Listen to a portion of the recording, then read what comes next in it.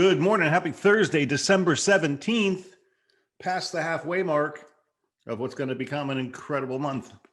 Thank you all for tuning in today. Let's get down to business. A little bump in my hair there. All right.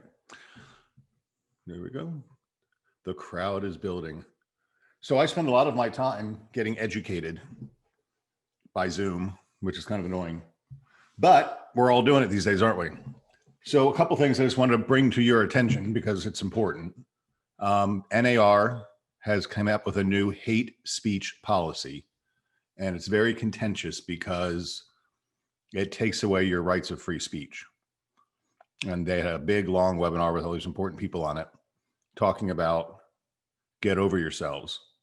There's no discrimination. We as realtors sign up to be members of an association, and we agree to abide by their codes.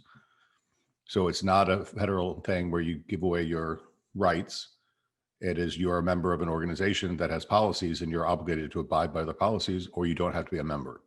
And I think it's ridiculous to have to go to that extent, because there should be no hate speech coming out of any of our people, because it's bad for you, it's bad for the public, and it's bad for business.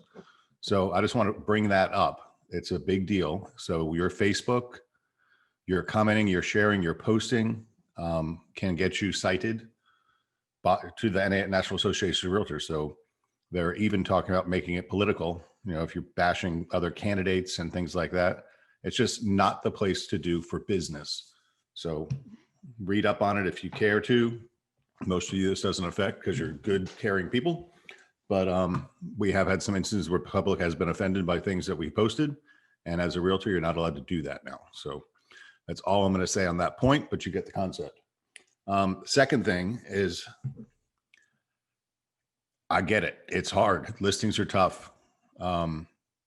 We can justify to ourselves all kinds of reasons not to put a house on the MLS to make so we can get our leads. But the clear cooperation policy is a big deal. So there's going to be fines. It's a tight market. Everybody wants to get into real estate, wants to find real estate. No public marketing of a listing unless it's on the MLS within 1 day. Sorry, I think my lens was kind of fuzzy there. I get these questions all day long. You guys are good. You're second guessing yourselves when you're questioning. I had one yesterday. It was, the house is just a mess. The guy doesn't take care of it. The kids are making a thing. It's not ready for photographs till after Christmas, but we listed it. So what do we need to do? We need an MLS waiver of listing. And then I've got another agent who came to me and says, hey, I got this listing. It's going to be ready for a while. I had the seller sign the exclusion from the MLS form. So it's an office exclusive. That's fine and good. It's an office exclusive. You can talk about it, but you can't publicly market it.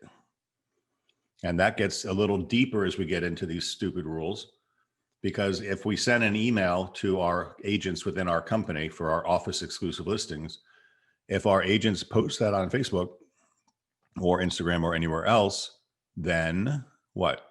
We've been public marketing. So just keep top of mind, no public marketing to avoid fines and fees. Plus, it's not the right thing to do for the seller. So that's number two. I got some other, the other seminar I did yesterday was Cardis. I'm sorry, it's not Cardis anymore. It's the Realogy Advantage Broker Network. And I'll tell you, man, they are gearing up for some big stuff. Katarina Hellenkamp was on board with a whole bunch of corporate staff talking to the Cardis brokers and relocation directors about their plans for 2021. Here's the deal. We, as an industry, going forward, are going to be judged by our ability to convert leads, period. That's where it's going. So all the lead sources, ourselves included, are striving to generate qualified leads that are ready to work with now. Talked to an agent last night. Showed houses for 3 days. Found a house they finally wanted.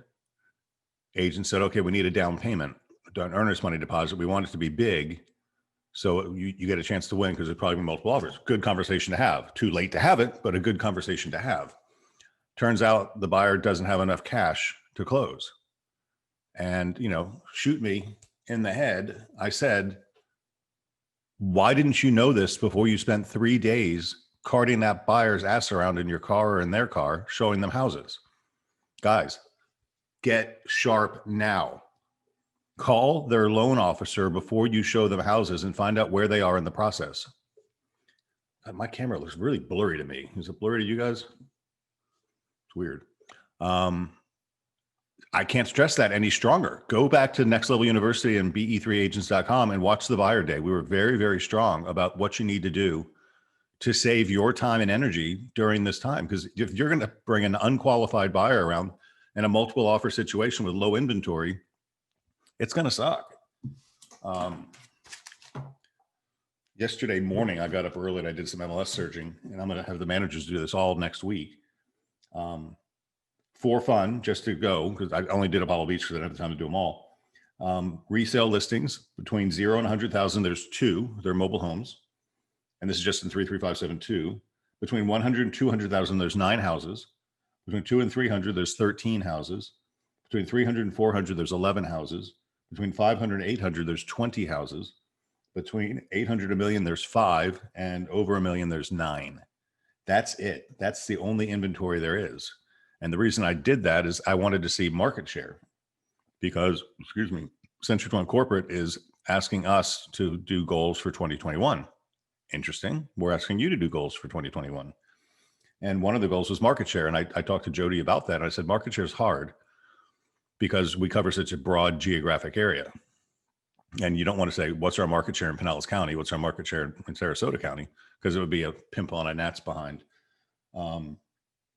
So we decided just to pick the office zip code that we're in and to set some goals, if you will, to raise that next year. So the first thing I did was go look and I said, okay, how many listings are active in the market in 33572? And the answer is 116, which sounds, decent, until I found out that 41 of them were new construction, which means there's only 75 resale listings on the market. And there's been 60 selling a month. So that's a 1.2 month supply of homes. Of the 75 resales, 37 are waterfront and 38 are non-waterfront. Crazy. And then this is depressing to me. Century 21 has 9 of the 75 resale listings. And our biggest competitor has 20 listings. We have half of our next biggest competitor. We're number 2 by half. That is just not acceptable. We're going to do some focused. If we can't get market share where we have physical plants, we got to focus some more. And I told you, one of my neighbors I had words with the other day, and he told me that he's getting calls from for sale by owners all the time, or on as for sale by owner all the time from agents, mostly Keller Williams, but he's got no calls from Century 21 agents. Come on, guys. This is it. It's a market share grab right now, and listings are the name of the game. And those of you I'm talking with are saying, I'm focusing on listings. I'm focusing on listings. Well, we're going to take some action on that. So that being said, so Cardis, back to I deviated. Cardis is really, really focusing on delivering connections like Zillow is doing. Everybody's kind of copying Zillow right now because internet leads convert at a 2% rate without proper incubation. And none of us are capable of doing proper incubation unless there's artificial intelligence unit behind us doing it for us, which you have, but you have to use. So AARP is huge. They've got all kinds of marketing. I had to phase in and out for some things, so I missed some of it. But they're talking about television commercials and all that stuff. Did he list, Nancy? He's such a jerk.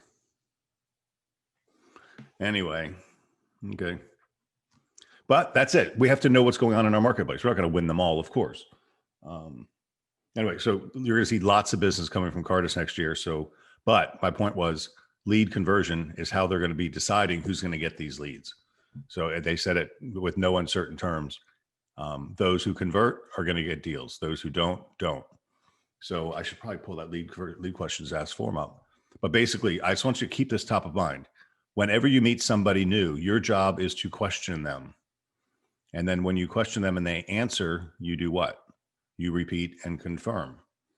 And then you listen to their cues to make an assessment of whether they're visual, auditory, or kinesthetic. And if they are one of those three, you play back words that mean something to them and that style. You get to assess whether they're D, I, S, or C. And when you're taking your notes, we want you to write on your lead form D, V. That would tell you when you're doing your lead follow-up that this D is a visual. And so when you're calling them up, you can use visual words. This is just basic, simple things. But this is how it's going to go for those of you that are getting a lot of business leads sent to you. Your ability to convert, which makes sense. If we're going to be paying, we, Cardis, anybody's paying to get these leads and nourish these leads, we have to get a return on the investment because they're going to cost more. And that's just how it works. So that was good. All right. So I've been dealing with some arbitration issues lately with the board. And I think I've mentioned Sarah Parsons as the GTAR arbitration person. And she's on a mission to make sure that everybody's familiar with the code of ethics. And last night she sent me the, what's it called?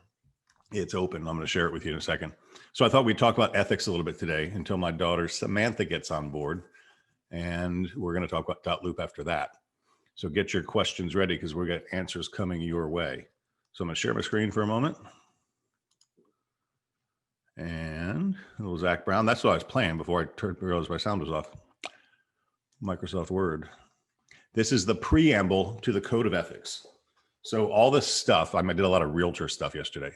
Listen to all those people. So the code of ethics is our mission as realtors to provide service to the public, right? And the National Association of Realtors is one of, if not the largest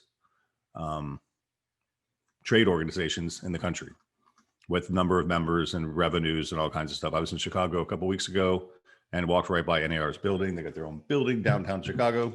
It's a big deal. By the way, I was reading through the news this morning on my email and it said major snowstorms in the Northeast. Talked to my daughter Sam last night and it's snowing in Chicago. He sent me pictures. Okay, so one of the deals, the preamble, so this is not, the code of ethics is what we subscribe to as realtors, which lay down rules for dealing with the public. So we have respect for the public, we have respect for property, and we have respect for peers. So this might be a little bit boring, but sometimes the boring things lead to results that are exciting. So let's talk about what the preamble to the code of ethics is. And then we'll be talking about the code of ethics. And this comes up from, I did an arbitration a couple of weeks ago. And long story short, an agent was working with a buyer. The buyer put an offer on a house. The agent really did work his butt off to try to get this house sold, but he wasn't good. And the deal fell apart. And not really his, yeah, it was his fault. He could have done things differently. He didn't have the proper steps. He didn't take control of the lending situation. It just wasn't, he didn't do a good job. And the customer was staying with a past client of one of our agents who said, why don't you work with this person? They did a good job for me. Great. So what happened there? Let me get off. We'll talk about this for a minute. So I'll take this off. What happened there was a relationship was broken. The agent was effectively fired and went to work with another agent. The other agent showed them houses, different towns, across town. And over time, they came back to this town and made an offer again on the house they had under contract with agent A. Okay, so we knew this was happening, right? And when we talk about duties and the code of ethics, this was a code of ethics charge. It was a procuring cause charge, which leads to the code of ethics, which is treating a fellow realtor's friendly. So long story short, we did the arbitration. It was like 3 hours on Zoom, and 99.9%, 99.5% of the time, when you go to arbitration, it's an all or none ruling. They say, you get nothing, you get it all. You get nothing, you get it all.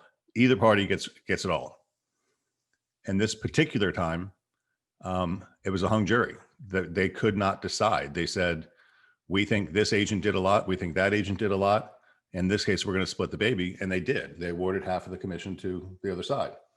So we had to relinquish half the commission we paid, which means the company gives up its side, the agent gives up its side. And then we go through this process where it's there's an appeals process.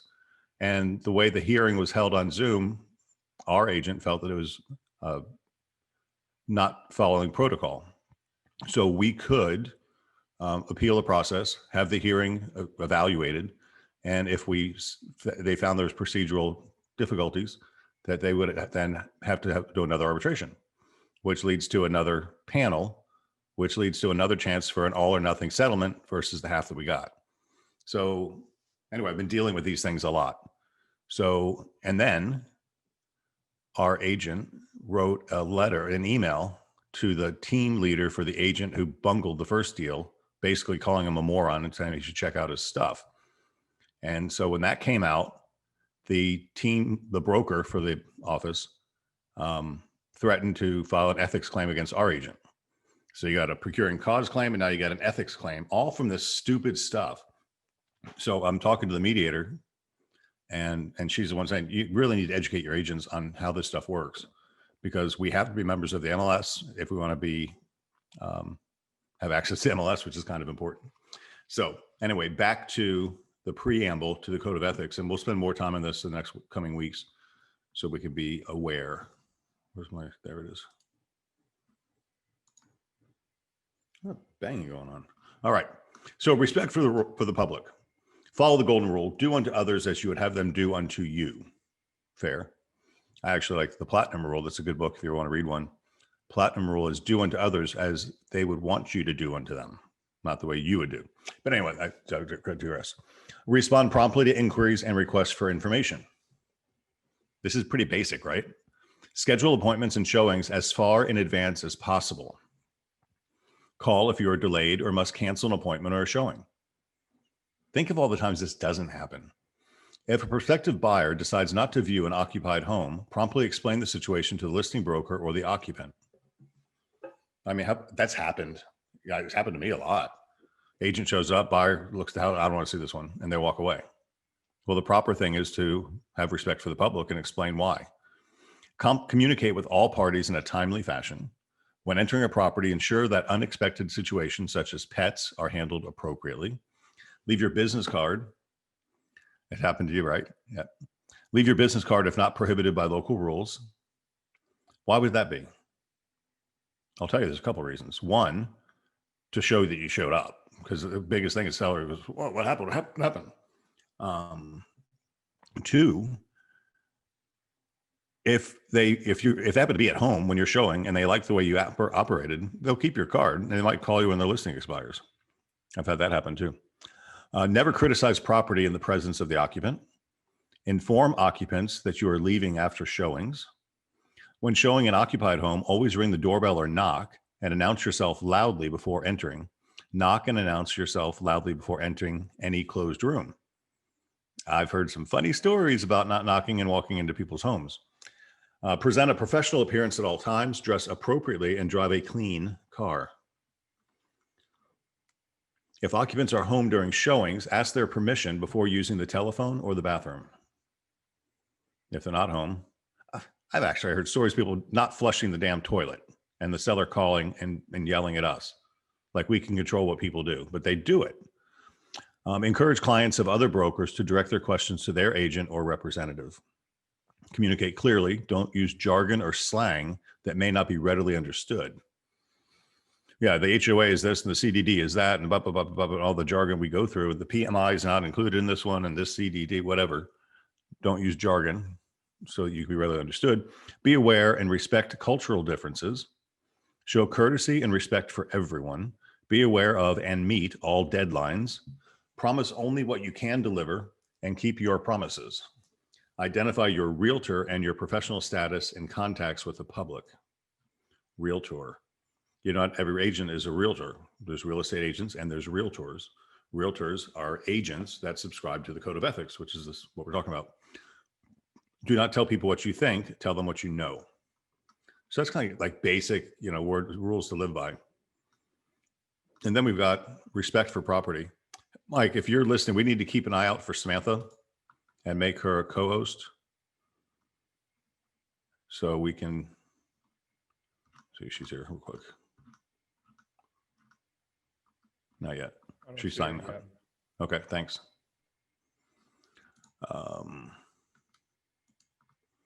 Respect for property. Be responsible for everyone you allow to enter a listed property. Now, this gets into COVID times. And, I'm telling you right now, I am not afraid of COVID, but there are a lot of people that are. But I'm also very conscious of being clean and not bumping into people and, that stuff. But everything I'm reading says this thing is bad and it's going to be around for a long time. So we need to do our best to control the spread. This was one of my other topics today. I mean, our staff in Apollo Beach got alerted, and it turns out I got the story wrong, but I still want to make the statement. An agent was in the office 2 days ago, went home. The next day, somebody called them from a place they were at and said, hey, by the way, there was an infected person here. So you need to, be aware. So the day after, it's kind of like what happened to our it doesn't matter. The day after somebody was exposed to, not necessarily contracted, was exposed to somebody who had it, came into the building. They didn't know they had it. But anyway, we just have to be conscious. So if there's any signs, I went to the doctor yesterday for my Dr. Axe, actually, the chiropractor guy that's been on our news. I got my x-ray results. It was fascinating to see that I've got some areas that need help.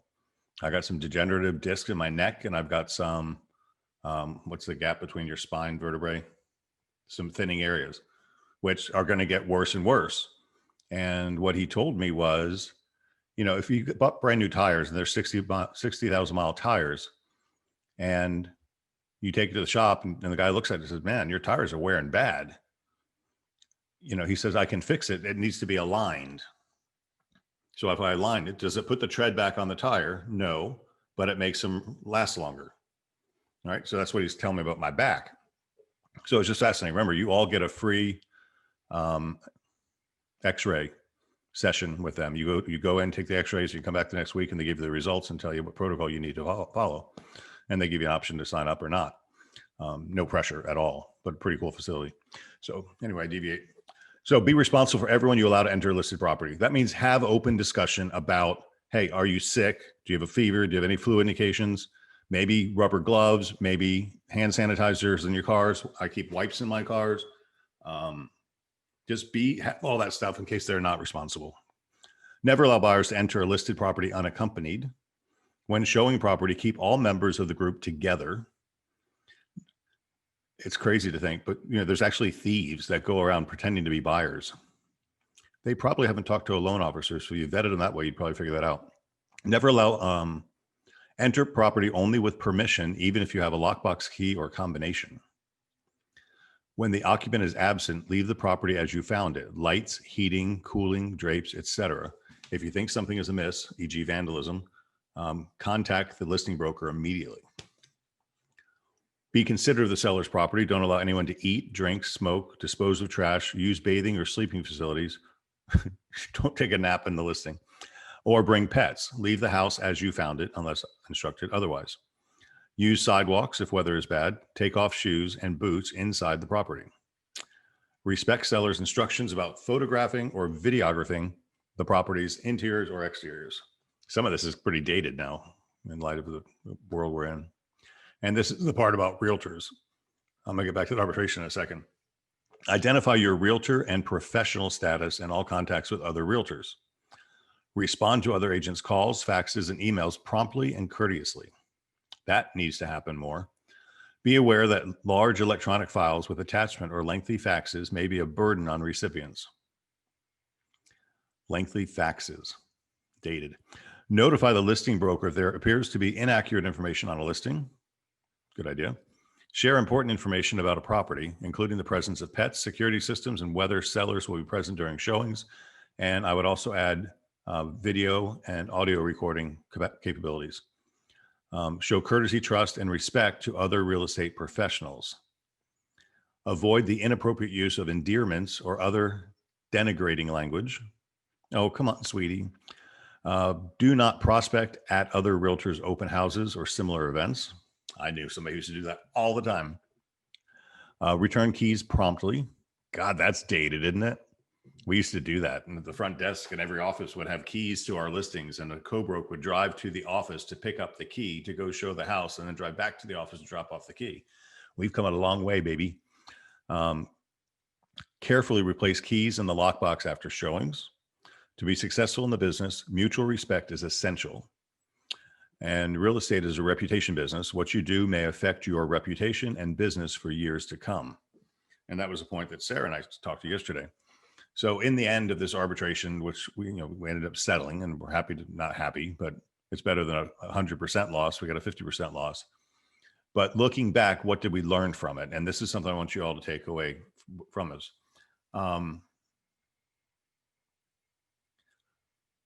We knew that another agent had worked with this buyer, and we know that that agent had written an offer on this house.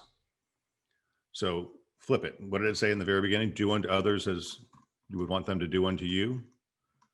What would you want done in that case? Yes. Yeah, she sent it to me last night. This is hot off the press. Hey, Craig, this is a really awkward situation, but you know John and Mary Smith that you were working with? Well, I've been working with them for the last 3 weeks, showing the houses all over town, and we can't find anything for them. And they want to go back and make an offer on the house that you had an offer on. So it's kind of awkward for me. I mean, they obviously fired you, but I don't want to get into an arbitration with you at this. So I'd like to offer you a referral fee if I make an offer on this, if I am able to purchase this house with them. That goes so far, according to the arbitration people. Just the fact that you made the offer, whether they accept it or not, would make you look like a ethical agent in the eyes of the hearing panel, right? And to avoid, I mean, remember I said 99.5% of the time, it's all or nothing. So that agent's gonna figure out that house sold, and it's not hard to figure out who the buyer was. And when he finds out by surprise that his buyer bought the house he sold and did a lot of work on that fell apart, he's probably going to call you up, right? And the right thing is to work out amongst yourselves, but we didn't do that. And then you ended up having arbitration, which was a lot of time and a lot of energy. And then you risk losing all of it. And I would tell you my position in that was he lost the buyer. The buyer fired him, didn't want to do business with him. Lots of time passed. What is the thing for procuring cause? Uninterrupted sequence of events that leads to success. The sequence of events was disrupted when our agent got involved in the first place. Our agent showed them houses all over town and different houses, and they happened to find this one. And my argument at the hearing was, hell, if they had bought house B, we would not be having this conversation because the realtor was fired and they just couldn't get away because the guy really did do a lot of work trying to make it happen, but it didn't. So anyway, the takeaway was, and when you come into a situation where you're unclear, what you want to do is call it out. Hey, Bob, your buyers came to work with me for the last 3 weeks. I've been showing them houses. They want to go back to the same house you wrote an offer on with me. I don't want to end up in a battle with you, but what do you think we should do? They don't want to work with you anymore, and I've been working the last 3 weeks. Oh, screw them. I don't even want to let them go. That could happen. Well, why don't you pay me a referral fee? I really did do a lot. Okay, I'll do that. How about you split it with me? Nah, I don't think about that. Either way, just if you brought it up ahead of time before it went under contract, would make you look much better in the light of a hearing person. So that's a takeaway. There's a lesson for you because you're all going to come across that situation. Mike, Samantha, promote to panelist. I can do it from my desk. That's pretty cool. Hello, Samantha. Right on time, baby. See what chat says. It would be better. Yeah, the agent claimed, Deb wrote a question, says, can you recommend the buyer fires the agent in writing or an email? Yes, that would help. Anything would help to let them know, hey, just so you know, Bob, I'm not working with you anymore. I think you did a shitty job on that sale. That would have gone a long way. That didn't happen either. But a lot of times buyers don't want to get involved in that either. Okay. It won't let me share a video. It says unable to start video, and it says I can't do it because the host has stopped it. Let's see. Well, Mike is the host.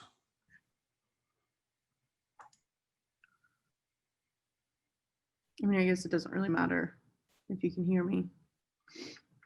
No, I want to, Mike's listening. So Mike, can you make Samantha, give her room to share? Yeah, she should be able to do it now. Yeah, okay, thanks. Good morning. It's 8 o'clock in Chicago. How Yes, cold it is is. it there? It's really dark in here. Is it cold? Yeah, it snowed yesterday. That I was know you fun. can take pictures. Oh, God, it's really dark in here. It's fine. Okay. It's gloomy here too. Oh, it's really dark in there. You need a Yeah, light. I have no overhead light in my apartment. But if you look out the back of Sammy's window, you can see Trump Tower. You Just- can't. Yeah, I'm not gonna move for you. Okay, so this is intended to be a Q&A because I hope you guys have some questions. Yeah, any Dotloop questions? Let me know. I don't know. But in the meantime, Sam, I believe in supporting our staff. So you have free reign to be kind, but tell us what drives you crazy that people could do to make your life easier.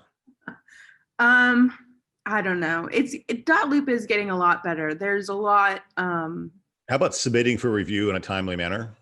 Yeah, submitting for review versus sharing. That's a hot topic. You share to your clients and you submit for review to the back office. So when you share the documents to us, it essentially creates a new loop, and you won't see the new loop. It just shows up on the admin side. And eventually when we remove ourselves from the loop, when you add listings basically or to the loop, or you add Sam or Ange or Chris or anyone on staff, it'll create a fake loop for them. And not a fake loop, but it creates a client view basically. So when we go to search that, we're going to see multiple loops, and then we have to figure out which one to click into. And that can muddle it because I know you know about how many multiple loops can be submitted. Yeah. So that happens very quickly and very easily. So if you submit for review to us, that doesn't happen. And then there's a less step for us because we don't have to go in and do a little bit of cleanup and submit the loop so we can, because when you submit the loop, you're submitting it so it allows us to accept or decline the document. So when you share it, it doesn't give us those rights. And that's the whole point of submitting for review, is to get your file approved. So when you share it to us, it doesn't give us those rights, and we have to figure it out. Nancy wrote in and said, I tried to unarchive a file within a loop and I see where to do it, but it didn't happen. What was I doing wrong? So without looking at it, I can't really tell you. But it depends on a couple things. If the folder itself that the document is in is archived and you unarchive the file in the unarchived folder, it's still going to be in the archived folder. So you would have to unarchive the whole folder instead of just that particular document, because when you unarchive the document, it's going to the archived folder. So if you wanted to unarchive it without unarchiving the folder, you could unarchive the folder real quick, get that document into a different folder that you've already started, and then go back and archive the rest of those. So there's a little bit of back and forth that you would have to do. But my guess reading that would be that the file in the folder was unarchived, but the folder itself was still archived, so it's not going to show up. Hey, Sam, I've got to run downstairs to turn off my sprinklers for the gas man. So just keep talking over there. Okay. Yeah, if you have any questions, just write them in. I don't really have much. Loop was active, file within loop was archived. Nancy, you can email me the address and I can take a look at the loop, and I can better assist you that way, just because it's hard to see without seeing it what's going on. Angela wrote in. So Angela's been helping on the contract side since Danielle left. So she's been a huge help, I know, to my mom, Angelique. So Angela, she said, maybe when an agent is repping both sides and how to build that loop. So that's important, because When you have a listing and you get a buyer on it and you're double siding it, you don't have to create a new loop for your contract. You're going to start a new folder within your existing listing loop. And there's multiple reasons for it, but the main one for you guys that you'll care about is when you start a new contract loop, you'll build in a new template, right? So if you start a new loop, you're going to start with a new whole new package. You're going to have nobody in your loop, and you're going to have to add your sellers in, you're going to have to add the agents in. But if you do it in your listing loop, and let's say that contract cancels, then you'll have to figure it out anyways. But yeah, in your listing loop, start a new folder, add those paperwork in, and then if you get another offer, you can add a new folder in that loop still. And then let's say the first one that you're double siding doesn't go through, you can just archive that, and then you'll still have the other offer in the same place, in the same file. We were just talking about what Angela wrote in about. So yeah, and if you're not representing the buyer and it's on your listing, you still want to keep it in the same loop, because when you start a new contract loop, it's going to have the affiliated business for the buyer, it's going to have the home warranty for the buyer, and you don't need that if it's not your client. So a lot of people will write in and say, I can't submit this because I don't have the buyer and it's asking me for the affiliated business for the buyer to submit. So if you just add a new folder in your existing listing loop, it'll save you a bunch of trouble down the road. Makes sense. How And the can you- Q&A, Jennifer wrote in, I submitted a contract 2 weeks ago and submitted for review, and the status is still in initial review. So I'm wondering if I didn't submit it right. Tell us what the address is, Jennifer, and I'll pull it up and we can look together. Cool. Because it depends on if it actually submitted. It depends if you submitted it to the contracts team. I won't know until I can look at it. Because Dotloop tracks every activity that's done. You can see who opened. Yeah. Hey, I'm And going I to just can- deviate for a second because there's a chat that popped in here that's very interesting with what I was talking about before you got here. It says, what do you do if the seller of your listing was just hospitalized with COVID-19 and you received an offer on the commercial property before you can temporarily take it off the market? It's my gas man again. Can you read that rest of that statement? It's in the Q&A. Yeah, let me pull it up. What do you do if the seller of your listing was just hospitalized with COVID-19 and you received an offer on the commercial property before you can temporarily take the property off the market? The seller doesn't want it publicly known that he is currently hospitalized for COVID because he feels it will cause him to receive lower offers. I don't know, Craig will be better to answer this, but from the listing perspective, I would say still take it temporarily off market. If you can't show it, I know MLS has rules right now that virtual showings are allowed. So maybe that's something you can look into, and you can just mention something in the realtor remarks about, virtual showings only.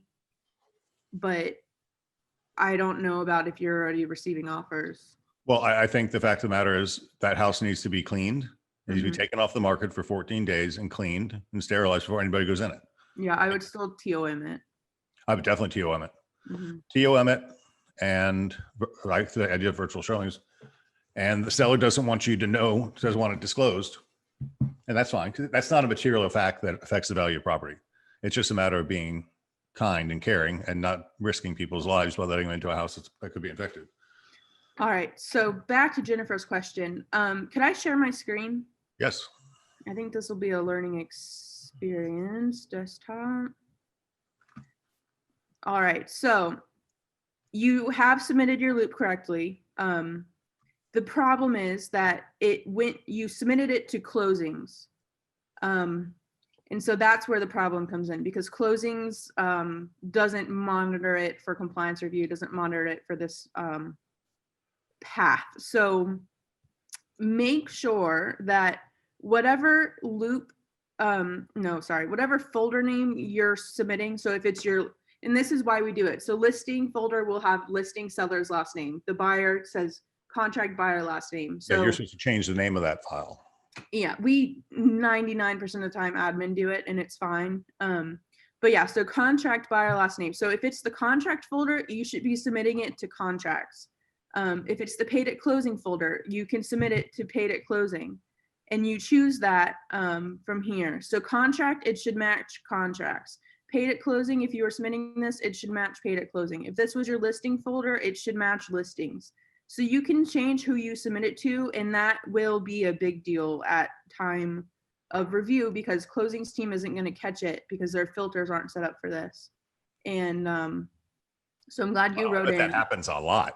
It does happen a lot. And it's easy to click the wrong name. It's easy to think, oh, it's my listing, so I'm going to submit my contract to listings.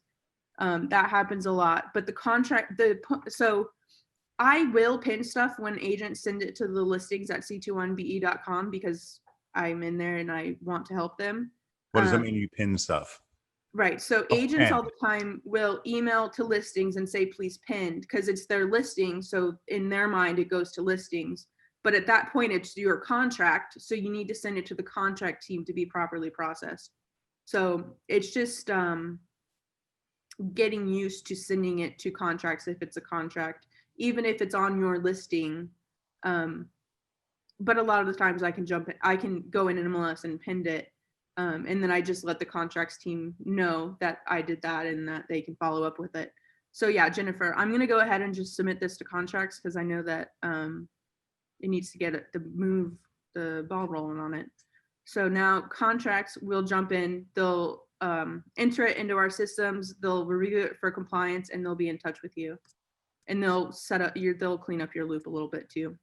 But Jennifer, I want to bring up, don't wait 2 weeks. If you see something's not done, get on it fast. Yeah, because I know they're the contracts team. That could be a November contract for all we know. I mean, we've got 2 weeks into it now. Yeah, Angela and Celeste are very diligent on the initial review, and they're getting things pinned by the end of the day every single day. So yeah, if you see something and it's waiting for 2 weeks, don't raise a red flag, say, hey, what did I do? What's going on? Don't be afraid to write in and ask. That's what we're here for, to answer your questions. Cool. That was good advice. Yeah. What is that pop-up window that says, hello, the deal sheet isn't marked for a sign, but I want to check to make sure? Yeah. Guys, this is a problem. Really, we need your help on this one. The deal sheets. Frequently pasted messages to everyone. Oh, okay. But yeah, that's why this is top, because I have to ask for this a lot. So the deal sheet, most of you are ignoring, and it's really not right. The staff is like your assistant, paid for by the company, and the deal sheet gives them instructions so they can not bother you and get things done. Mm-hmm. And it's the biggest complaint that I've heard from the staff, that the agents don't fill out the deal sheet. It's an extra minute. It's in Dotloop. Just go fill it out. And tell us what the referral fee is. Yeah, most of it's autofill, but nobody goes in and adds the specifics. Stuff. Yeah, the extra stuff is what they don't know is what they need. Mm-hmm. So you got a whole bunch of stuff. Oh yeah, I do. The listing agreement, there's so much in here that I have copy and paste things. Thanks, Mom. Cool. When you have to repeat the same thing over and over, sometimes it's just easier. The other thing, maybe I'll mention when I'm in here just because it happens a lot. The listing agreement, there's a box on the listing agreement that says do not display the property address online. A lot of the times the people don't read the full sentence, and it just it's talking about displaying the property online, and so they click that box. But if they read the sentence fully, they would see it was to not display the address online. Just as a rule, I checked all the boxes automatically that you need. If it's unchecked, we don't want it. So this is a big thing that happens a lot, and they always come back and say, oh, that was marked on mistake. That was marked, an error. I definitely want the address shown online. But I have to say it so much that I have a canned response for it. If that tells you anything. Well, what other canned responses do you have? I don't know. There's so many. Well, that's one. This is your chance. We're not getting a whole bunch of questions here, so. And then I just have I don't know. I have answers to things when people commonly ask questions. Rentals, we're still doing the listing to listing link. I don't know if there's anything worth mentioning in here. Well, here's one. my buyer from 2 years ago is going to list her house with me in January. Do I unarchive the closed buyer file and make a new folder as a listing loop? Wait, let me pull that back up. In the chat. Yeah. Where do I see? Why can't I see? Lisa. 6 up from the bottom. I know. I can't even see the chat though. Oh, here we go. No, that's the Q&A. What am I missing? If you maximize your screen. Oh, maybe because I'm sharing my screen. Nope, it was well. I know, but I don't see it on my screen. Just minimize Zoom and it'll be behind it. No, but I don't really even have Zoom open on my screen. Oh, I see what I did. No, that's not correct either. Okay, I'm going to stop sharing my screen. Okay. And there we go. Now I can see it. Okay. Buyer from 2 years ago is going to list her house with me in January. I would say start a new loop. Just start fresh with a new set of documents because all of the old information is going to be in the view details and you're going to have to change it all anyways to autofill your documents correctly. And if it's your buyer from 2 years ago, that means you don't have the listing paperwork anyways, because she bought the house. So that's going to be a contract loop from 2 years ago. I would say definitely start a new loop and just start fresh with new details. All your paperwork will fill in without you having to figure it out. Yeah, because you have to go and change buyer to seller everywhere. Yeah, and then also like in the back office, you'll see when we process a folder for it being closed, it'll have the tag in the top of CLSD and our back office tag number, basically, transaction number. So if you see that, if it's a withdrawn file, it'll have WD. If it's canceled, it'll have CAN. So if you see that, that means it's a processed closed file on our end, and it's okay to start a new loop because it's a new transaction that's being brought in. So yeah, if you submitted a contract, no, we already went for that. Yeah, to the archive question, it would depend if it was a required file for agents. And if it is required, that means that the agent won't be able to archive it and unarchive it at free will. That is a good point that Celeste brought up. Cool. And then, yeah, Deborah said commercial property, no one lives there. Oh, I guess that's about the COVID question. Right. So, you know, part of the deal is agents respecting you in your job, and part of you is you guys respecting them in their job. Mm-hmm. So an agent, I haven't heard this complaint from anybody, but I just want to just go public saying it. Mm-hmm. Right now, the market is so hot that when there's an active listings, there's a bunch of agents that want to show it because they want to get their buyer in there quickly. So the busy agents that have listings, when it's active, they get calls. Yes. And they get it sold, and sometimes they only get it sold at 10 o'clock at night, and they want it marked pending so the phone doesn't blow up all morning tomorrow. Mm-hmm. So what's the best way for them to submit to you? Well, first of all, a couple things. Mm-hmm. The right thing to do is submit your contract for review, and it'll go pending that day. Yes. But if you need something, you can always send an email and say, hey, I got this under contract. Can you mark it pending? Mm-hmm. Right. And it'll do that from an email without having the complete file, right? Yeah. And we'll just need the co-broker's agent name and the expected close date. That's all MLS requires of us. So if you have that already, but your paperwork's not ready yet, feel free to just shoot an email to the contracts team. They'll be able to pin it with just the co-broker's agent name and the expected closing date. Those are the two required fields in MLS. But if you just say, please pen this for me, then you're going to get another question back that says, who's the co-broke agent? Right. Right. Yeah. Or we can check in the loop, and sometimes the paperwork will have been started enough where we can check it for ourselves, and we will, instead of asking the agent, just because it's faster, depending on who it is. But yeah, I mean, realistically, we're here to have your back. Like, we are not pinning your stuff on purpose. There's just a lot going on right now, and there's a lot of contract activity as it is. Next week and the week after that are going to be hell. Yeah. I mean, really, we have Listings that are, many closings. yeah, Listings is going to be helping out contracts going to be helping out yeah, listings, closings is going to be helping out contracts and listings. It's yeah, just, it's going to be busy. yeah. Jessica wrote, is there a specific loop for rentals or leases where the client is leasing from someone? So when you start to set up a loop, you have to choose a loop template. So it sounds like you would be looking for a contract rental loop. Let me look and Pull see it up, what our see what the templates options are. are. Yeah, templates. So we have the loop templates of, let's see. Share your screen again, Sam. Oh yeah, that's a good idea. Okay, so I just came up here to templates.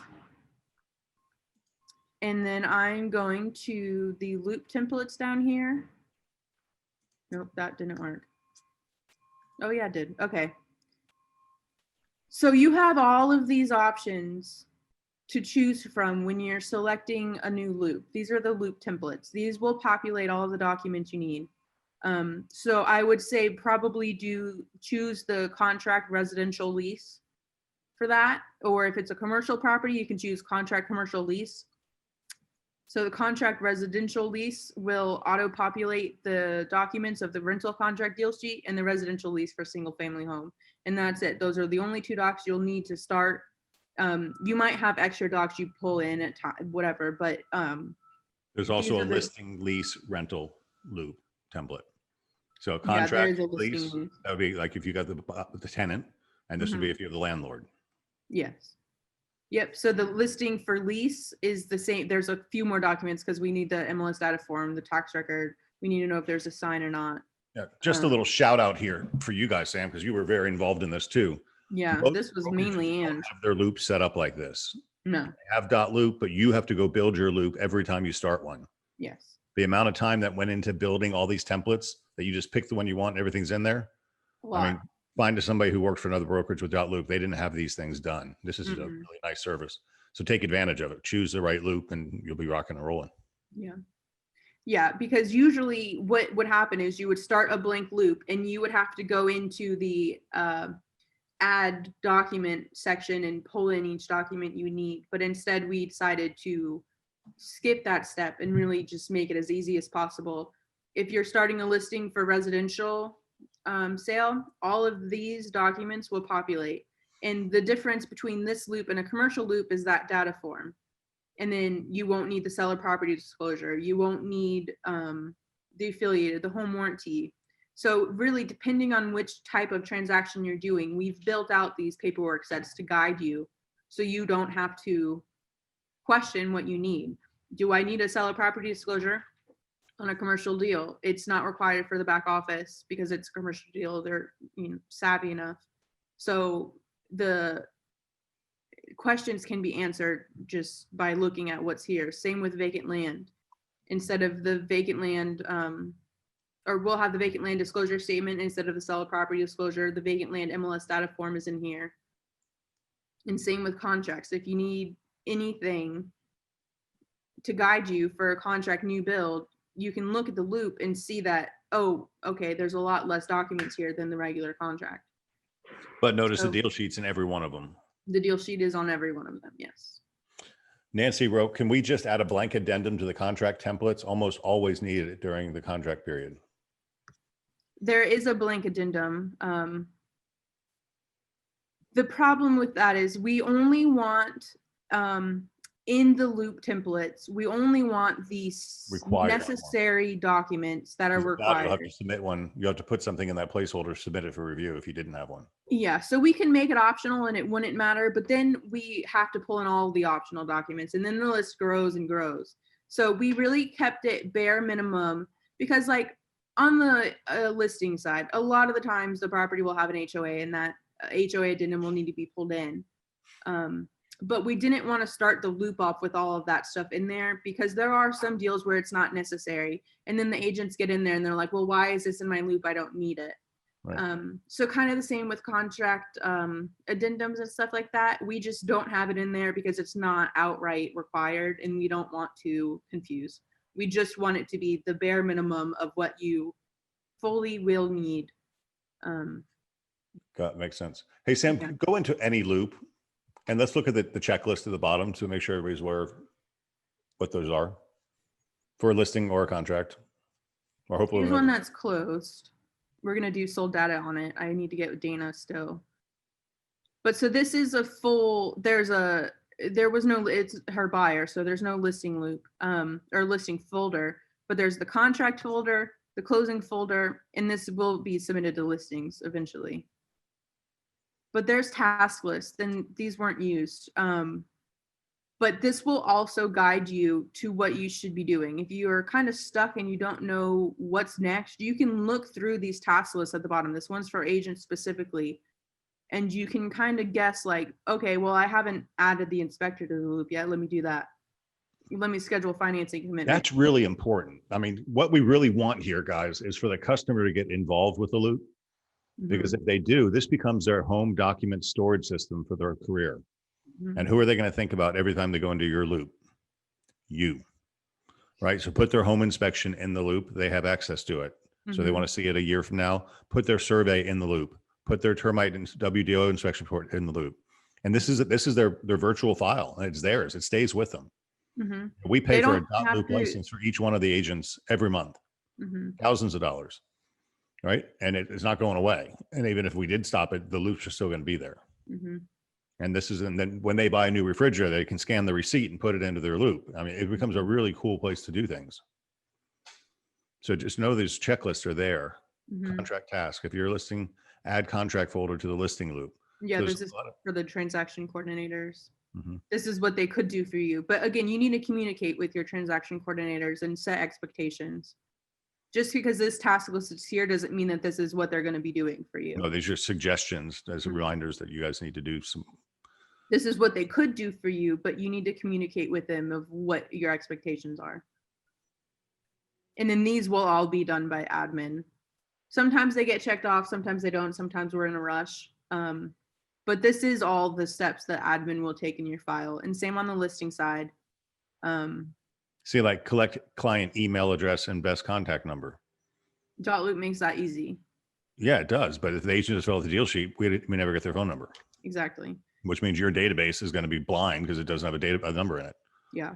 Because we can push a couple buttons and give you a whole consumer history list.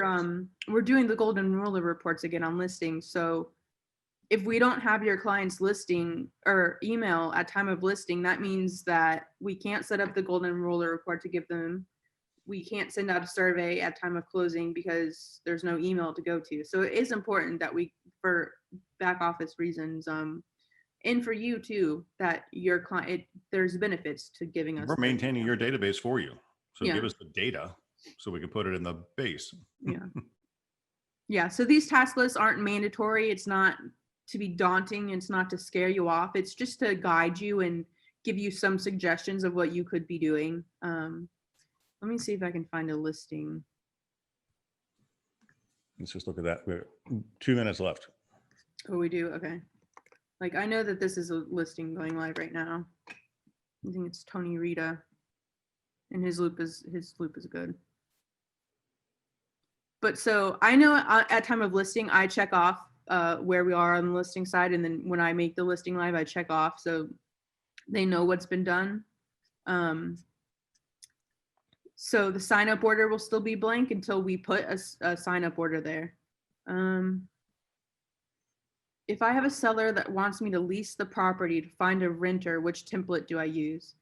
The rental listing. Rental listing. Yeah, listing rental, residential. Brenda asked about a general new build template. There is a listing for new build. Let me come back to the loops.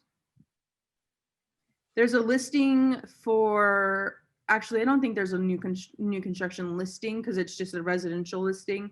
But if it's a contract new build, there is a new build contract there. Click on that and see what's in it because it'll show you.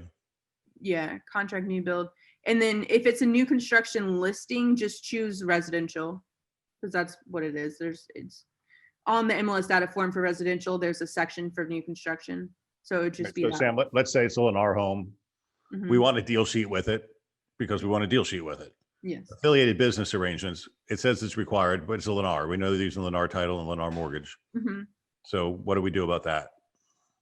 Send us a message and let us know, and we can note file with that. I had that happen last night. Carlene wrote me and had that exact scenario. She's like, I won't be needing the affiliated business and I'm not going to be using the home warranty. And I just saved her email to the file and I wrote notes to file, no ABA, no HOA, and I just removed the requirements for that so she could go ahead and submit. Well, let's talk about the home warranty disclosure, because Global Home USA does have a 5-year, year 2 through 5 warranty. The builder's only going to give them a 1-year warranty. And it's a really inexpensive policy for 4 additional years of coverage on all of their appliances after the manufacturer's warranty wears out. So it's a good idea to make them aware of that. So just give them the warranty disclosure, have them decline it to cover your butt. I mean, that's how I feel about it. But yeah. But yeah, you can just email us contracts at C21BE, listings at C21BE if you can't remember.